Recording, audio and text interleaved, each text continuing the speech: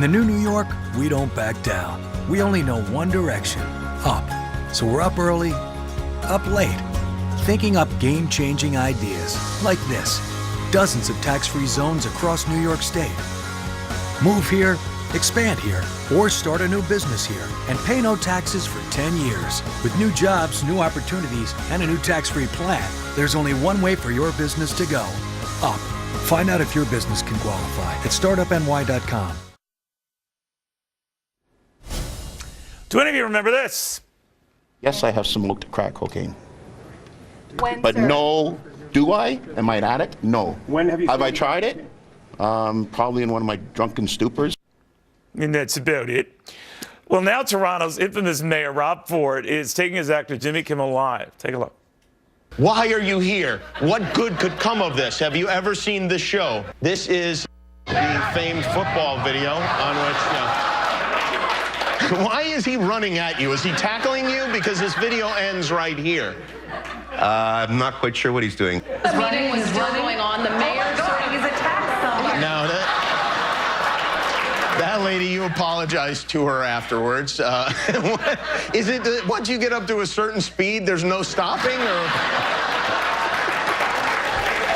I wasn't elected to be perfect, Jimmy. I was elected to clean up the mess that I inherited, and that's exactly what I've done. Now, the mess he's talking about is Toronto's economy, and even his critics say it is coming back. So maybe that's why his poll numbers are holding steady, something that Gene Mark says that President Obama might learn a thing or two from.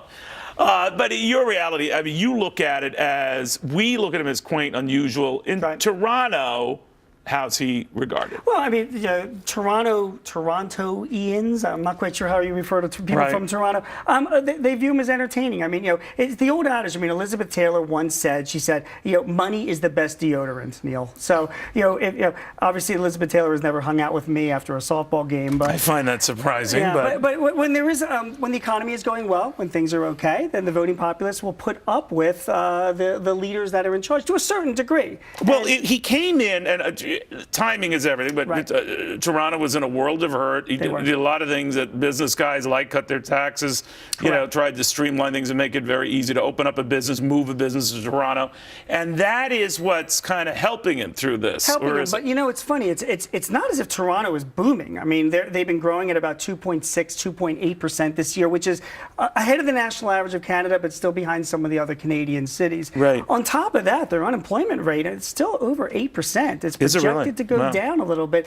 So you would think, I mean, with those kinds of numbers, that people would be a little bit more fed up. But apparently, in that area, the entertainment value has something to say for it. But, I always wonder, there's a lot that helps politicians who are likable. Yeah. And I know that's an intangible quality, right, but you assign it to certain people who, for some reason, or you can't put your finger on it. Agreed. You either like them, you find them funny, engaging, different.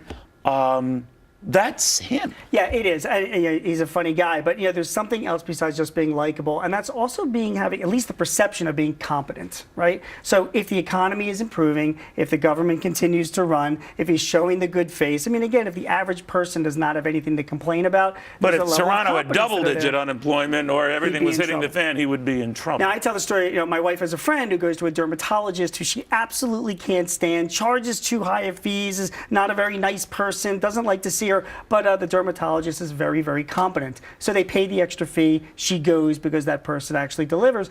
It's really the same thing with him. I mean, he is a entertainer, but he's getting his job done. He's providing a little bit of humor, but he has to watch himself because there is a line that he's going to cross. All right, Bill Clinton got through a lot of stuff because Wall Street. I remember this specific Wall Street guys who didn't like him personally, but boy, they liked the economic boom he was bringing, and they didn't want him to resign. They didn't want him impeached. Right. And I always said, I thought you were big Republicans. He says, no, we like the green, and he's bringing us a lot of green. Yeah, and I remember those days when Clinton was president, and boy, the things that he was getting away with then. I mean, the Republicans didn't like him, but the general population, very favorable ratings. And what happened to Clinton? I mean, it was a good economy, relatively safe world as it was. We had no things to really complain about, so we gave him a wide error of margin. This is not your way of saying it'll just become buffoonish in public, but it doesn't hurt to be liked. That's right. And so, unfortunately, I don't know if the president right now has the same kind of latitude. But But that would be funny if he got off the stand How at a hilarious State of would the that Union be? address and just smashed people on Now, his way out. after reading his budget, I'm not quite sure if he's smoking crack or not. All right, Gene, it's always good seeing my friend Gene Marks, Neil. the Marks Group. He's the big cheese there. Well, meanwhile, you better watch your kid and what he's posting on Facebook. One child just cost her dad $80,000. I am so coming home to you. This program is brought to you by Experian. Live credit confident. The conversation about his car loan didn't start here. It started with that